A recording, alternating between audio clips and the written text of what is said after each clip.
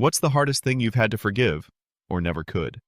I still remember the morning I turned 23 and realized that for the sixth year in a row, my birthday was going to be completely ignored by my parents, and for some reason. It hit harder than I expected because it wasn't just about a card or a text, it was about the pattern, the consistency of being invisible while my brother got everything I never even got a hint of. And that day I scrolled through Instagram without even meaning to and froze when I saw a post from Jake holding a brand new watch with a caption that read, "Thanks, Mom and Dad, best birthday ever," and suddenly all the resentment, all the years of being overlooked, and all the little moments where I swallowed my disappointment just to keep the peace came crashing down at once.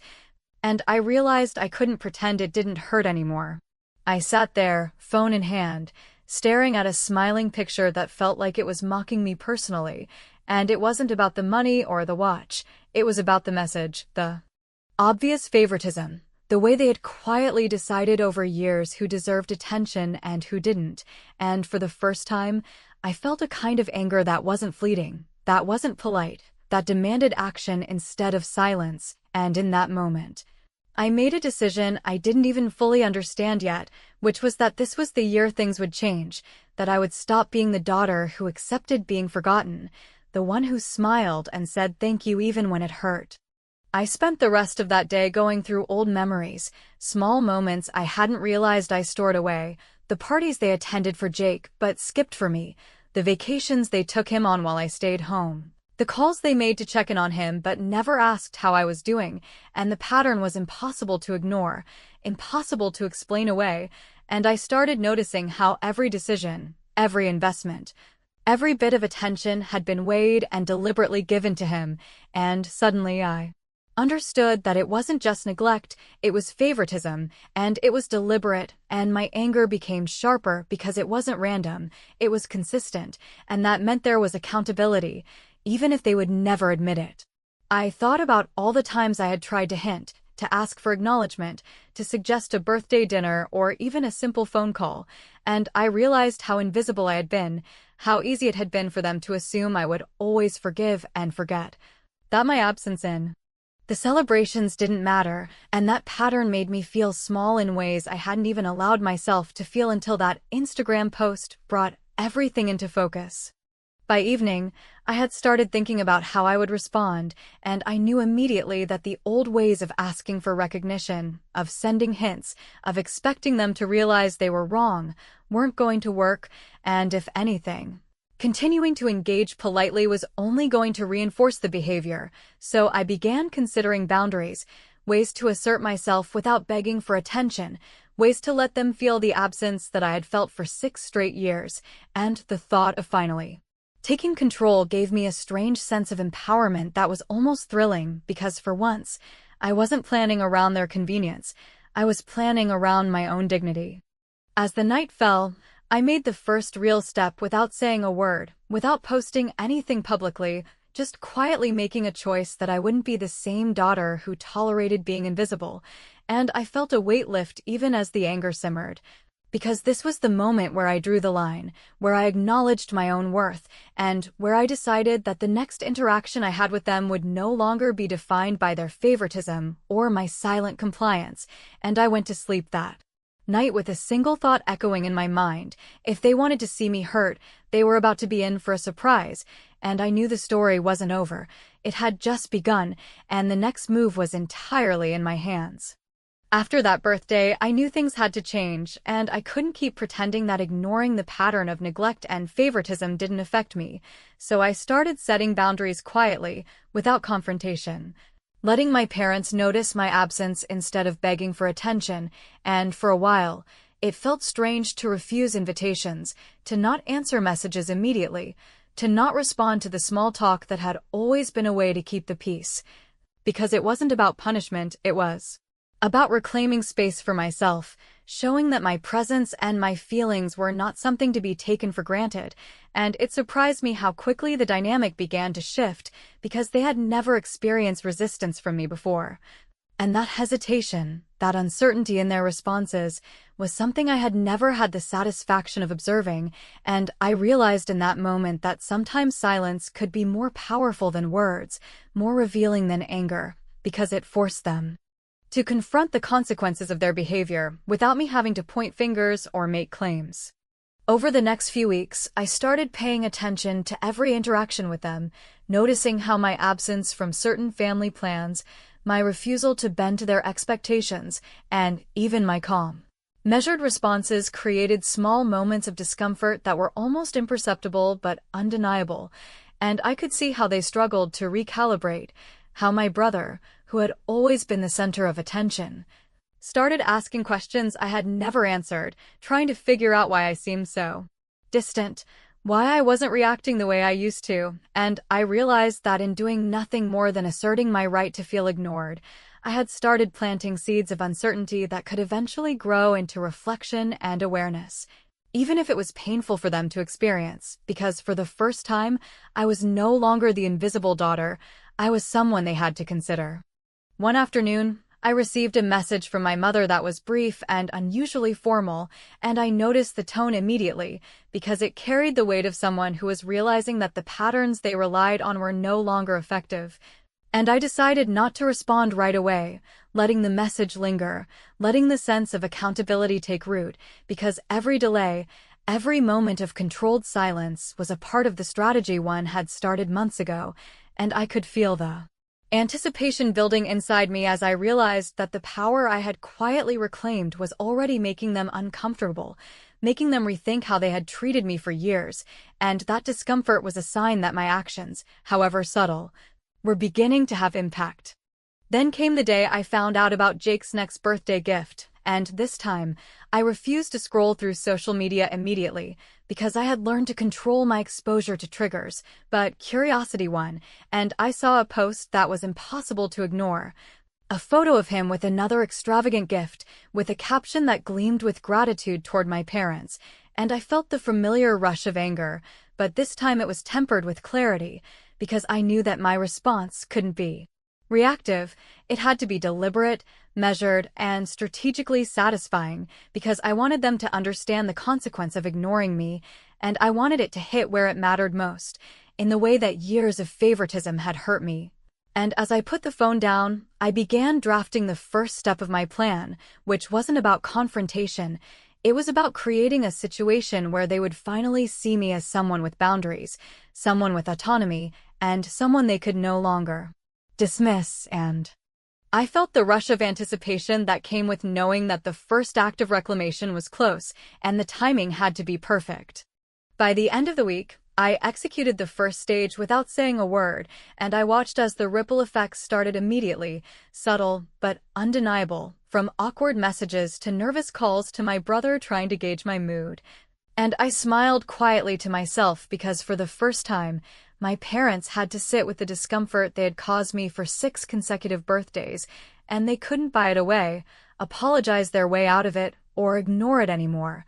because I had shifted the balance in a way that forced awareness, forced reflection, and for the first time, forced them to realize that I wasn't going to remain invisible, that I wasn't going to silently accept being second to my brother, and that the game had changed entirely. And all I had done so far was wait, observe, and let the absence speak louder than any words could. By the time my birthday rolled around again, I had spent months quietly planning how I would handle this year differently, and I knew I couldn't let my parents' patterns dictate how I felt or acted anymore. So I approached the day with a careful mix of indifference and resolve, pretending I didn't care while internally cataloging every slight, every missed call, every birthday passed without acknowledgement. And I noticed immediately that my absence was felt in ways it never had been before. Because instead of ignoring me completely, my parents sent a brief text that was polite but distant. My brother posted a photo of himself doing something fun without even mentioning me, and for the first time, I realized that withholding myself from their routines was creating an impact I had never expected, an impact that was small but sharp, forcing them to confront the fact that I existed outside their preferential attention.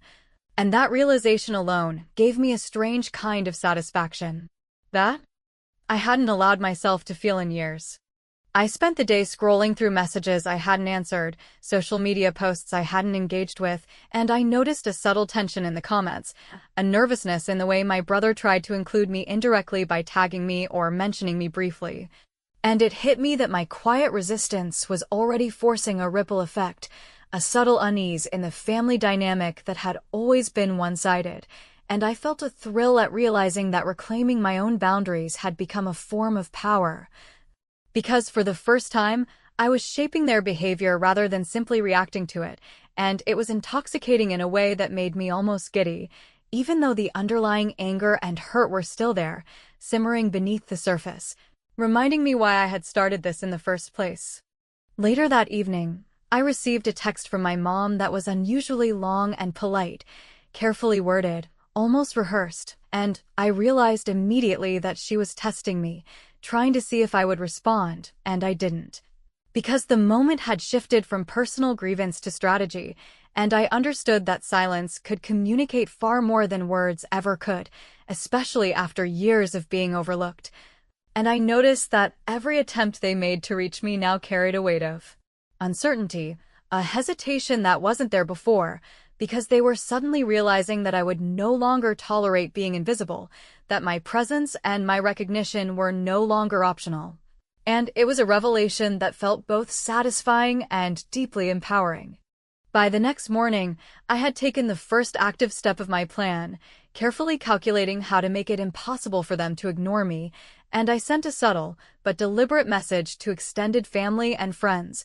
inviting them to a small gathering to celebrate my birthday, making sure that the invitations were personal and meaningful, and I watched quietly as the responses came in, almost immediately creating a sense of discomfort for my parents.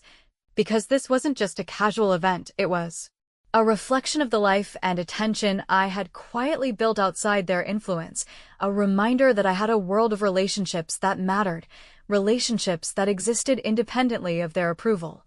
And it was a small but powerful act of reclaiming control. When I noticed my parents' reaction, it was subtle at first, a brief hesitation in a phone call, a casual question that felt forced, my brother asking if he was supposed to come, the sense of uncertainty that had never been present before. But it was unmistakable, a ripple of anxiety, a recognition that I had shifted the balance in a way they weren't prepared for, and I felt a surge of vindication because it was evidence that my plan was working, that my refusal to accept invisibility was making them reconsider their actions and their choices over the past years, and I realized that the emotional payoff was more satisfying than any material gift I could have received, because this was about acknowledgement,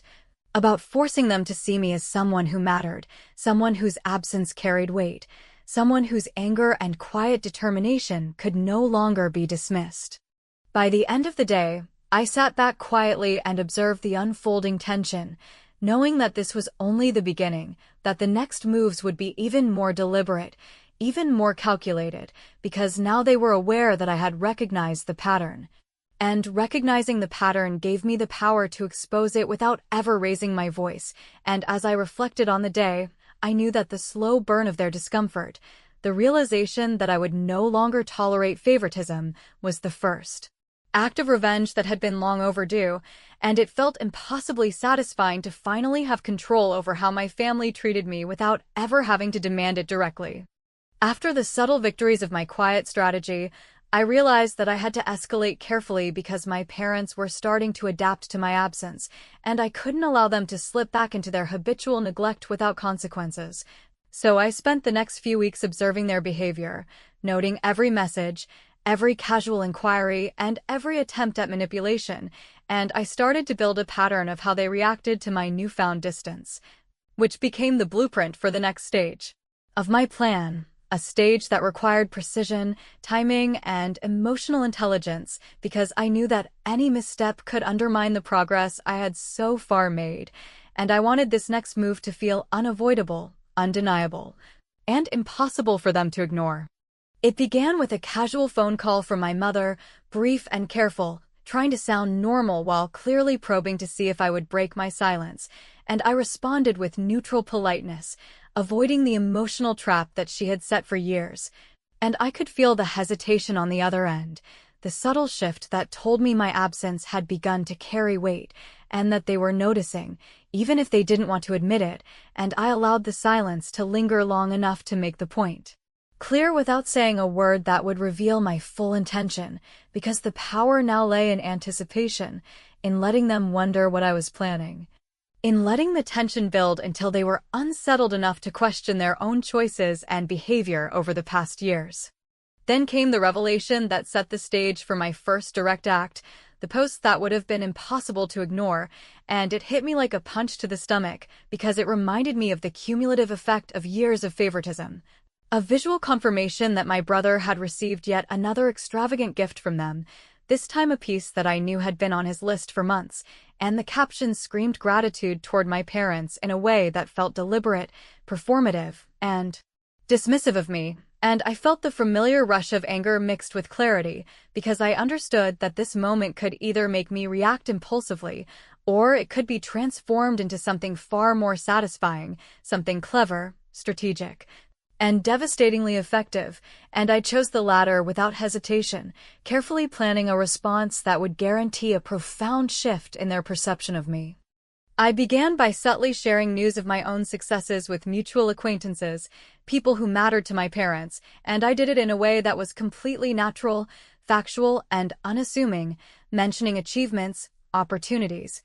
and moments of recognition that they could not deny or minimize, and I watched carefully as the information reached them indirectly, knowing that they would compare it to their visible attention toward my brother, and that the imbalance would finally register in a way that could not be ignored, and I felt a mix of satisfaction and relief, because I was finally using transparency and truth as tools of leverage, demonstrating without accusation that their favoritism had consequences beyond simple resentment. Consequences that affected the way others viewed them as well as the way I allowed them to treat me. Days later, the subtle effects of my actions began to manifest, with small signs of discomfort, tentative calls, and hesitant messages that were clearly attempts to test whether I had noticed, whether I had felt excluded. And I kept my responses minimal, carefully measured, letting the weight of their effort reveal itself rather than responding emotionally, and the tension built in a way that was almost tangible. A pressure that made my brother start asking pointed questions about my achievements, my life, and the boundaries I had established, and I realized that my silence, combined with indirect influence, had created a ripple that was now impossible for them to ignore. A ripple that positioned me not as the neglected child, but as someone who had taken control of the narrative, someone whose absence and autonomy forced reflection. By the end of the week, I initiated the next part of my plan, inviting my closest friends to a casual dinner that happened to coincide with another of my brother's posts about gifts, and the subtle social visibility made the effect undeniable. Because my parents and my brother were confronted simultaneously by the reality that I had a life of my own, a circle of people who cared, and recognition that did not rely on their approval. And I watched with quiet satisfaction as they navigated the unease I had intentionally created, realizing that my absence had been felt in ways they had never experienced before, and that the balance of attention and emotional weight had shifted, setting the stage for the final act, which promised to bring the satisfaction, closure, and clarity that I had been waiting for over 6 long birthdays. The day my dad showed up at my door, I wasn't sure what to expect, because after 6 years of being ignored, of birthdays passing without acknowledgement, of watching my brother receive gifts, attention, and praise that I had been denied, I had built up an armor of emotional distance that I didn't want to dismantle too easily. Yet when I opened the door and saw him standing there, his face tight with tears, his voice cracking as he began to apologize, I felt a surge of conflicting emotions that I hadn't anticipated, a mixture of satisfaction, vindication, anger, and a reluctant empathy, and I knew immediately that this was the moment everything I had been planning and waiting for had been leading toward.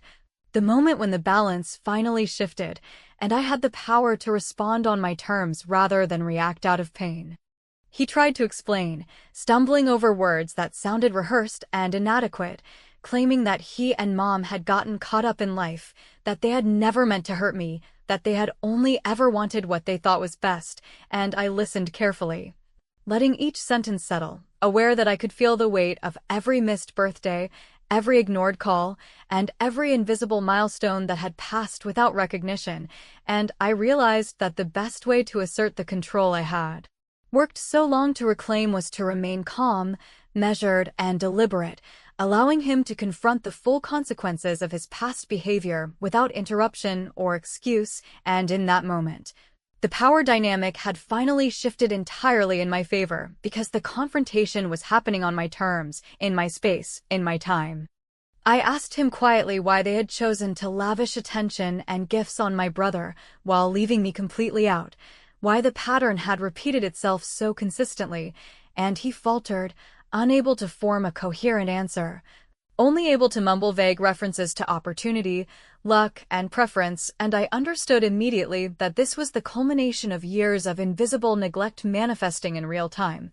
that his inability to explain or justify their behavior spoke louder than any apology ever could, and I allowed the silence to fill the space between us, making it heavy, making it clear that recognition, acknowledgement, and fairness were not negotiable, that this was the final lesson he needed to learn about the consequences of his choices. I told him calmly that my boundaries were no longer optional, that I would no longer participate in a family dynamic that consistently devalued me, and I watched as his expression shifted from defensiveness to genuine fear. The kind of fear that comes when someone finally realizes that their actions have created a measurable, irreversible impact, and I explained that while I understood their intentions might have been skewed by habit or oversight, the years of consistent neglect had consequences that they now had to witness and experience in a form that could not be ignored. And I could see in his eyes the dawning realization that my independence and assertion of self-respect were forces that neither of them had prepared for or could easily counter. Then I gave him the final piece of the plan, the action that I had held back deliberately to ensure the full emotional impact, letting him know that I had made a conscious choice to prioritize relationships and attention where they were truly valued, that I had celebrated my life, my achievements, and my milestones with people who saw me as a person worthy of recognition, and I could feel the weight of that truth settling on him, a weight that came not from anger or spite, but from clarity. From the undeniable evidence that my absence had meaning, that my boundaries carried power, and that my life had flourished despite years of being overlooked. He left after hours of conversation, silent except for the occasional whispered apology, and I stood at the door knowing that the victory was not in the tears, nor in the words, but in the knowledge that I had reclaimed control over my own life, my own emotional space, and my own value, that I had forced my parents to confront the consequences of their behavior without losing myself in anger, and that my brother had finally, quietly, seen the shift as well. The subtle yet undeniable realignment of attention, respect, and recognition, and for the first time in 6 long years, I felt a sense of closure that was not dependent on anyone else, that was not granted or withdrawn by their actions, but entirely mine, deliberate, brilliant, and finally, completely satisfying.